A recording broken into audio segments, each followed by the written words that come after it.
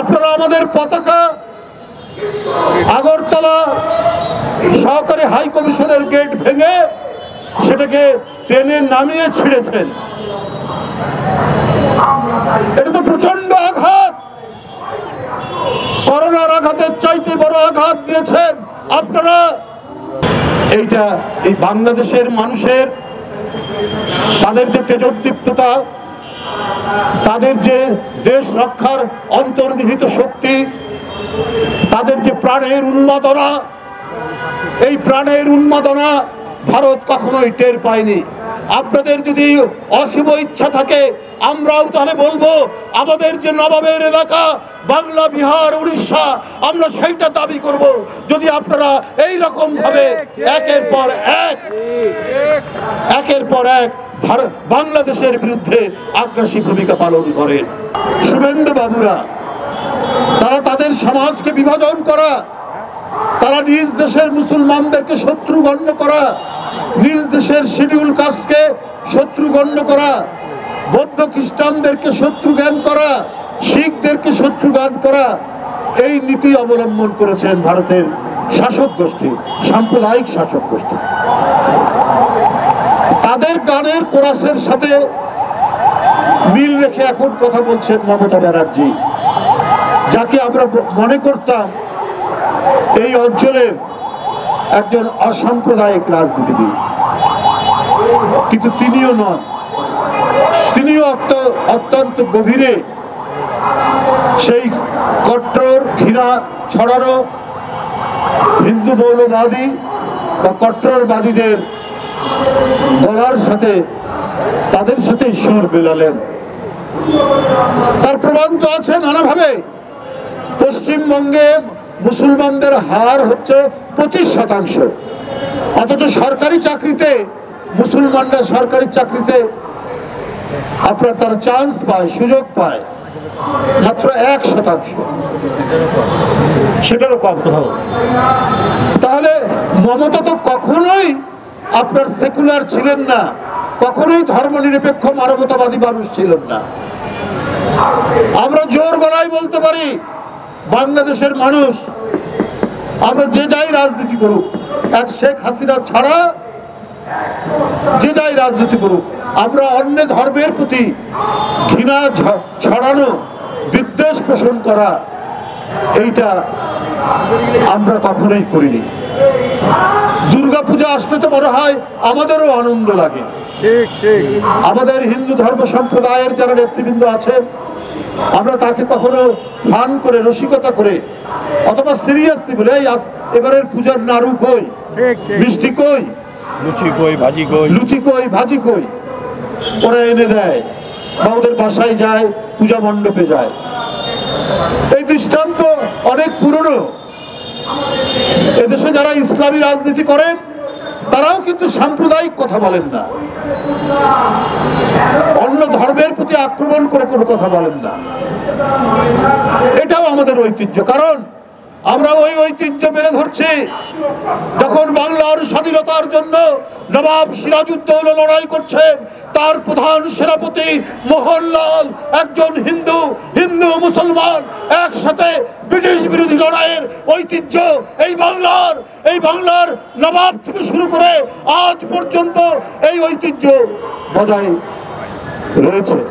হ্যাঁ, বিশ্বাসঘাতক হতে পারে, হিন্দু মুসলমান হতে পারে। মীর জাফর বিশ্বাসঘাতকতা করেছেন, উনি মুসলমান। জগৎ শেঠ বিশ্বাসঘাতকতা করেছেন, উনি হিন্দু।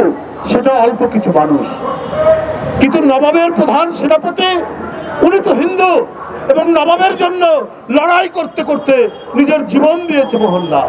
আজকে মীর মদন, এরা লড়াই করেছে নবাবের জন্য। আমরা তো তাদের উত্তর শুনি। এখানে আজকে যারা অবলেন্দু দাস, অপু, আজকে অপর্ণা, আজকে সঞ্জয়, জয়দেব, আমরা যারা আছি এখানে মুসলমান সম্প্রদায়ের ছেলেরা, আমরা তো সেই সিরাজউদ্দৌলা আর মোহনলাল, মীর মদনের উত্তর শুনি। তাই ভারতীয় আগ্রাসন আমরা একসাথে লড়বো। আমরা লড়বো যেমন, তেমনি সঞ্জয় লড়বে, অপু লড়বে, অপর্ণা লড়বে, জয়দেব লড়বে, আমাদের কি বলে বধূ লড়বে, সুরঞ্জন ঘোষ লড়বে। এটা তো আমাদের ঐতিহ্যের মধ্যে আছে। আপনারা আমাদের পতাকা আগরতলা সহকারী হাই কমিশনের গেট ভেঙে সেটাকে ট্রেনে নামিয়ে ছিঁড়েছেন। এটা তো প্রচন্ড আঘাত, করোনার আঘাতের চাইতে বড় আঘাত দিয়েছেন আপনারা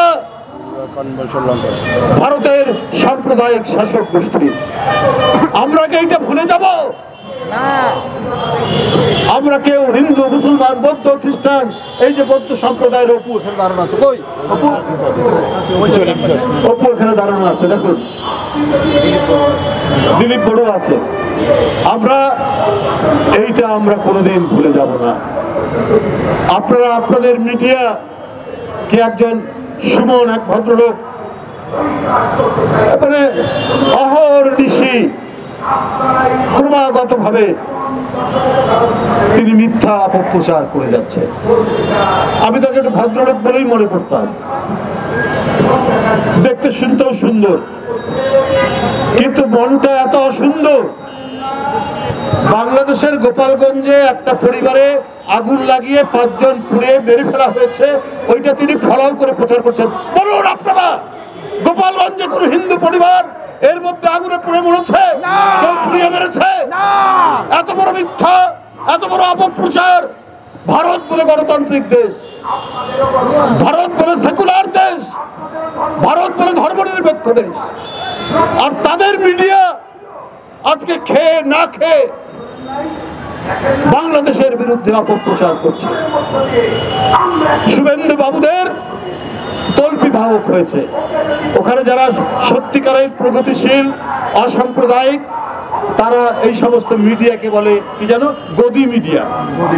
মানে যারা গদিতে আছে সেই গদির তল্পি বাহক মিডিয়া। এক একটা বয়ান, একটা ন্যারেটিভ তৈরি করছেন বাংলাদেশের বিরুদ্ধে। কারণ শেখ হাসিনার পতনটা একেবারেই মেনে নিতে পারছেন না, একেবারেই মেনে নিতে। 28 লক্ষ কোটি টাকা পাচার হয়েছে শেখ হাসিনার আমলে। একটা হিসাবে দেখেছিলাম যে 18 লক্ষ কোটি টাকা, আর পাচার হয়েছে, ঋণ পেয়েছে 18 লক্ষ কোটি টাকা, আর পাচার হয়েছে 17,60,000 কোটি টাকা। কিন্তু শ্বেতপত্র যেটা প্রকাশ হয়েছে সেখানে পাচার হয়েছে 28 লক্ষ কোটি টাকা। তাহলে এই কোটি টাকা কি, এই 28 লক্ষ কোটি টাকার কত টাকা পেয়েছেন শুভেন্দু বাবুরা? এটাও আপনারা বলুন, না হলে কেউ কিন্তু বলে দেবে। বিজেপির কোন কোন নেতা পেয়েছেন শেখ হাসিনার পাচার করা 28 লক্ষ কোটি টাকার ভাগ? এটাও কিন্তু বাংলাদেশের মানুষ জেনে গেছে এবং আনুষ্ঠানিকভাবে হয়তো একদিন সেটা বলে দেবে। আমরা এত আন্দোলন সংগ্রাম, এত ত্যাগ, শিশু থেকে শুরু করে তরুণরা অকাতরে জীবন দিল, তাদের রক্তাক্ত লাশ পড়ে থাকলো, গোটা বিশ্ব কেঁদে উঠেছে, গোটা বিশ্বের মানুষের চোখ দিয়ে কান্না ঝরেছে। আর ভারত, আমরা পাশাপাশি, আমাদের সংস্কৃতির অনেকটা মিল আছে, তারপরেও আপনারা এতখানি হিন্দুত্ববাদী, এতখানি সাম্প্রদায়িক, এতখানি অন্ধ যে শেখ হাসিনাকে রক্ষা করার জন্য আপনারা বাংলাদেশের মানুষের বিরুদ্ধে, আন্দোলনকামী মানুষের বিরুদ্ধে, শহীদ মুগ্ধর বিরুদ্ধে, শহীদ আবু সাইদের বিরুদ্ধে আপনারা আপনাদের প্রচারণা যেটা চালাচ্ছেন, আমাদের এই শহীদদের বিরুদ্ধে সেটা যায়। গণতন্ত্রের জন্য আমাদের মহান আত্মত্যাগ, সেই মহান আত্মত্যাগকে আপনারা ভুলুণ্ঠিত করার চেষ্টা করছেন, তাতে কোনো লাভ হবে না। আপনারা যদি মনে করেন এই করে আপনাদের আগ্রাসন সুসম্পন্ন করবেন, আমরা আমাদের স্বাধীনতা, সার্বভৌমত্ব বিশ্বাস করি, রক্ষা করার জন্য অঙ্গীকারবদ্ধ। আমরা প্রত্যেকটা দেশের স্বাধীনতার মর্যাদা দেই। ভারত সহ যত ক্ষুদ্র রাষ্ট্র, বড় রাষ্ট্র আছে, প্রত্যেকেরই স্বাধীনতা, সার্বভৌমত্বে আমরা মর্যাদা দেই। কিন্তু ভারতের শাসক গোষ্ঠী যদি মনে করে যে না, আমি সম্প্রসারণ চালিয়ে আমরা বাংলাদেশ, নেপাল, ভুটান এবং অন্যান্য আশেপাশের দেশ আমরা কবজা করে নেব, এইটা কিন্তু আপনারা মানে বোকার স্বর্গে বাস করছেন। এইটা এই বাংলাদেশের মানুষের তাদের যে তেজোদ্দীপ্ততা, তাদের যে দেশ রক্ষার অন্তর্নিহিত শক্তি, তাদের যে প্রাণের উন্মাদনা, এই প্রাণের উন্মাদনা ভারত কখনোই টের পায়নি। আপনাদের যদি অশুভ ইচ্ছা থাকে, আমরাও তাহলে বলবো আমাদের যে নবাবের এলাকা বাংলা, বিহার, উড়িষ্যা, আমরা সেইটা দাবি করব। যদি আপনারা এই রকম ভাবে একের পর এক বাংলাদেশের বিরুদ্ধে আগ্রাসী ভূমিকা পালন করেন। কই এই যে আমাদের জয়দেব বলেছে, তাকে নির্মম ভাবে হাসিনার পুলিশ পেটাচ্ছে, ও বলছে আমি হিন্দু, হাতে তার ইয়ের কি বলে যে আশীর্বাদের সুতা বাঁধা, এটা দেখাচ্ছে, তারপরেও পুলিশ থামছে না।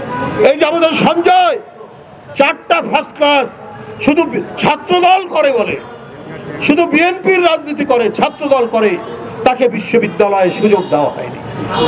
অবনীন্দ্র দাস অপু, তার স্ত্রী ঢাকা বিশ্ববিদ্যালয়ের ছাত্র ছিল, তার স্ত্রী ঢাকা বিশ্ববিদ্যালয়ে, সে সরকারি চাকরি করে, শুধু অপুর স্ত্রী হওয়ার কারণে তাকে ওএসডি করেছে, আবার গ্রামের এক কলেজে বদলি করে রেখেছে।